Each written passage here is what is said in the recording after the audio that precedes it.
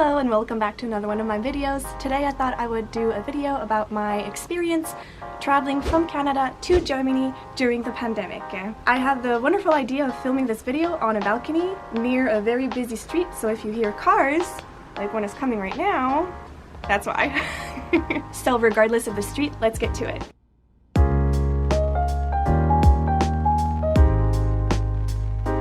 First off, my experience at the Canadian airport. Okay, filming outside was a really bad idea. I think a neighbor is vacuuming and now the church is ringing its bells, so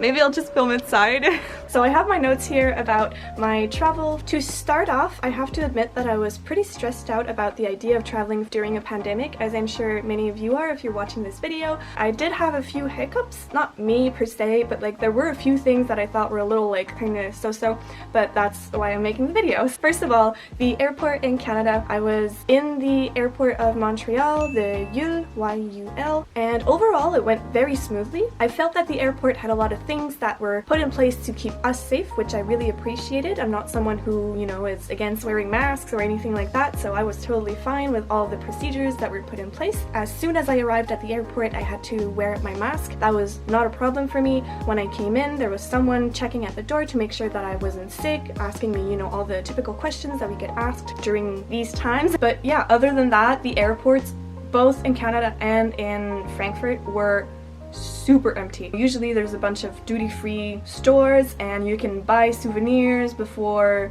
leaving the initial country and going to the next. Everything was closed. All the coffee shops, all the restaurants that you usually have access to, everything was shut down. So that was a little sad to see, but again, it's to be expected during a pandemic. I will say it was nice to travel with so few people, but it was also a little sad. I did notice that people would check in their own luggage now, so that's something that's very different that you have to consider if you have checked luggage, but I only had carry-on. I had 2 bags, but yeah, because I didn't have any checked luggage, I can't really say anything more about the subject. I arrived 2 to 3 hours. They suggest you arrive at the airport before, and I didn't have any issues with that either. It went very smoothly. I will say though, when I went through security, I don't know why, the security people were scanning every single computer they were getting their hands on. So I don't know what happened, if there was something going on specifically that day, or if it was like a pandemic thing. Every time a piece of luggage that was a carry-on had a computer in it, they would take it and analyze it or see if it had like traces of drugs or something like that. And they had like, it was crazy, they had like dogs. I don't know what happened, but I just patiently waited for them to look at my computer, see that everything was fine, and then I just went on my merry way. After that, I waited to get on the plane, and when I finally got on the plane, again, there were a lot of, you know, newish procedures, like you still had to keep your mask on. So by that point I had my mask on my face for like 2+ hours, so it was getting a little hot in there. The plane itself was filled with people every second seat, so I have seen videos of people with like only 40 people in the plane. That was not my case. In my case, the plane was filled to the maximum capacity, which is 1 person per every seat, unless you're from the same family or like from the same bubble, as we say in Canada. So those people could all sit together. So for example, in front of me I had a family of like 5 or something, so there were like 3 seats together, so 3 people were sitting together, and then in front of them 2 people were sitting separate, and I was sitting next to a girl with an empty seat between us, and behind me there was 1 person in the 3-seat row. He was, you know, in the middle, so it was really lucky for him because he got to lay down on the 3 seats, sleep like a prince, and I was so jealous. I flew with Air Canada, so I don't know how the other companies are organizing everything, but that's how Air Canada was doing it. The flight attendants seemed pretty, I don't want to say stressed, but they did seem on guard. They were most anxious about people wearing their masks, and I only say that because the family in front of me, again, they had smaller kids or kids that were just above the 6 years old range, which is 6 and under, you don't have to wear a mask, but if you're 6 and over, then you have to wear a mask, and of course the parents have to wear a mask. So there was a dad and his daughter in front of me, and they would always take their masks off, both of them, the father and the daughter. I think the daughter was under 6, so she was allowed to take her mask off, but the dad would also take his mask off, and he got warned like twice very seriously by the flight attendants, and the 3rd time like the lady came and had like a really strict talk with him. She was like, we take this very seriously. You have to wear your mask. This is the third time and last time I'm coming and telling you this. I understand that their job doesn't usually involve telling people to wear their mask, and more so just telling people to turn off their cell phone. So I didn't really see it as them being mean or anything like that. It's just, you know, you have to take this seriously, and if you want to travel, you have to do the new rules that are put in place, obviously. They wore full protective plasticky, not a uniform, but like a protective gear basically. They gave us bags of just an assortment of things to keep us clean and keep our environment clean and just make sure that we were comfortable with, you know, touching your screen. So they did give us a bunch of stuff. I tried every single thing in the bag just to see how everything was, and the hand sanitizer was disgustingly sticky. It was gross, it smelled funny, so this is the culprit. It's just an ecological hand sanitizer with conditioning aloe. The smell isn't as bad as what I remember, but I think once it's on your hands, that's when it's really smelly, but the worst part was really the stickiness. So I really don't love the hand sanitizer that the plane provides you, but I mean, if that's all you have and you really want to get your hand sanitized because you touch stuff, it's nice to have. The bag also came with a bunch of little antiseptic cleansing wipes. So they're all single use, but they're meant to clean the screen or clean the armrest or things like that. So that was really appreciated. Gloves, if you feel like wearing gloves, again, if you're unsure and if you just, you know, if you're extra precautious and you didn't bring your own stuff, they would provide it for you. I had my own mask because I made a bunch of masks. Watch one of my past videos if you want to see that whole situation. But they did provide a mask if you don't have one, so that's also nice. Although if you need a mask to go into the airport, I don't know how you would then get to the plane without a mask. I wasn't removing my mask except to eat. Oh, I have to talk about the food. Oh, the food was bad. I'm usually so chill about airplane food and hospital food. Like, I'm not very difficult. I like all kinds of food. They gave us the smallest snacks possible that you would eat as fast as possible, so you could put your mask on again as soon as you were done eating. The first snack was just like really small bite-sized things that you would just, you know, consume really quickly, and then the actual meals were not heated. It was only like sandwiches, and the sandwiches in themselves were kind of, I don't want to say soggy, but they kind of were.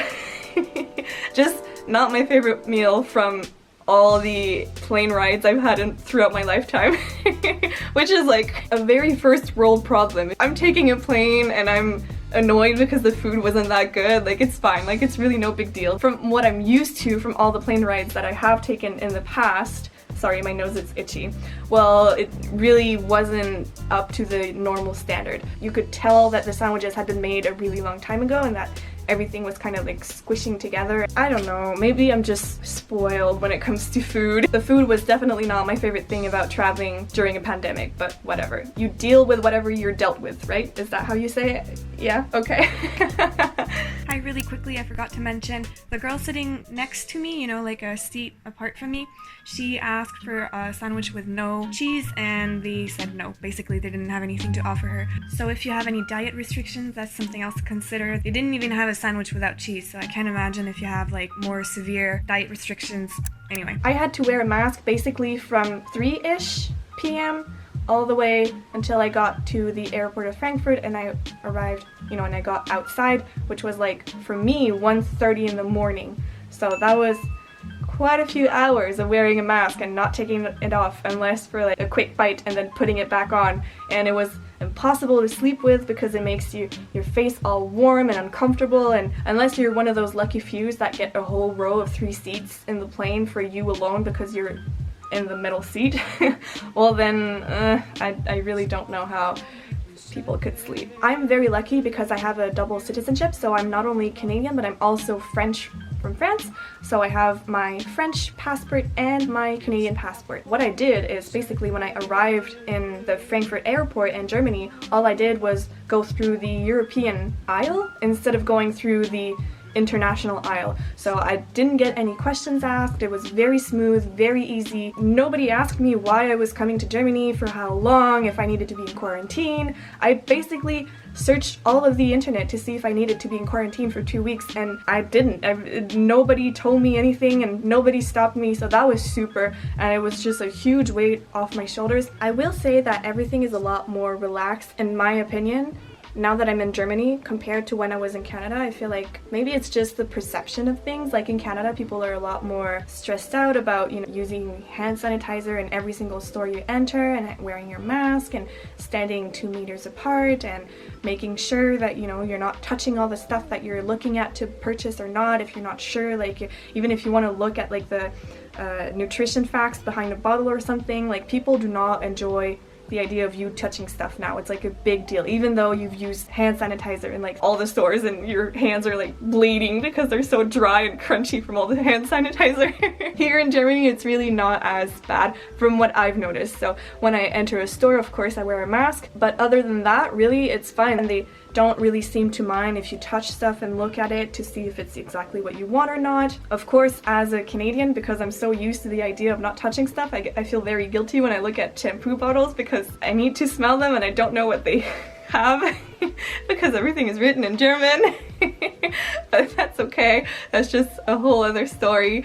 Basically, all I'm saying is that in Germany, I feel a lot more relaxed about being out in the world during a pandemic compared to Canada, where I felt a lot more anxious about being out in the world. So I don't know if it's the people I'm surrounded with or if it's the actual country that's a lot more laid back in a sense, but regardless, I'm just really happy to be here and to enjoy my time in Germany. Overall, from what I understood in the beginning, I think that the borders of Europe were gonna be reanalyzed or something every 2 weeks. So me, when I purchased my ticket, my plane ticket, it was within the first 2 weeks of July, so it was in the same time period that they were saying yes, people can travel, and they were saying that it would be reevaluated every 2 weeks. So that's why I took a plane ticket in the first 2 weeks, because I really didn't want to buy a ticket and then have it be void because, you know, they decided to close the borders again or something like that. Who's to say if that's still the case? That's what I knew from the 1st of July. You guys have to do your own research. I am not a professional travel agent and I will not tell you what to do. I'm just giving you my own personal experience regarding the subject. Overall, do I recommend traveling during a pandemic? Of course, go with what your country tells you to do and what they recommend you to do. I had been putting off traveling because of the pandemic and I waited until the countries, both countries, Canada and Germany, were like, yeah, we're good. You guys can travel between us, no big deal. And then I did it. Before that, they were saying, maybe stay home, maybe this is not a good idea. I listened because I'm a good citizen and I don't want to get in trouble. If you're traveling, make sure that you have insurance just to make sure that you cover all the bases. Even if it doesn't cover COVID, if it covers, you know, like you breaking a leg or anything else that's like normal during a non-pandemic worldwide situation, still important to consider.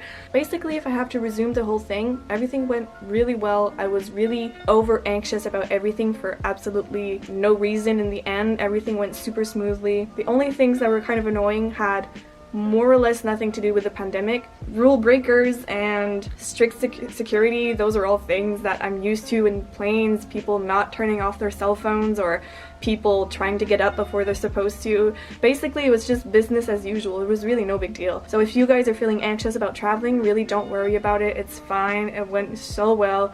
The tickets were about the same price as I'm used to. But yeah, if you have to travel for business or if you have to travel because you have family in another country or you have, you know, somebody waiting for you, even if it was like for a school thing or anything like that, I wouldn't worry about it. It really wasn't that bad. And I think that's basically it. There's really not much more to it. I just want to come on here and try and reassure you guys that if you have a plan of traveling, you can do it. There's no one stopping you at the moment, at least from the moment that I'm filming this video. Alright, that's it. I'm rambling now. So thank you so much for watching. If you have any questions regarding this subject, maybe I wasn't clear about something specific, just leave your comments down below. I will answer them. I love when you guys comment. It makes me feel like I make videos that you guys actually care about. So even if you have special demands, you know, comment down below. I really want to hear them. Now that I'm in Germany, actually, if you guys want me to make videos about Germany, maybe my experiences, things I like, things I find weird about Germany, just let me know. I would love to do that. Don't forget to subscribe if you haven't already, and I'll see you guys later. Bye!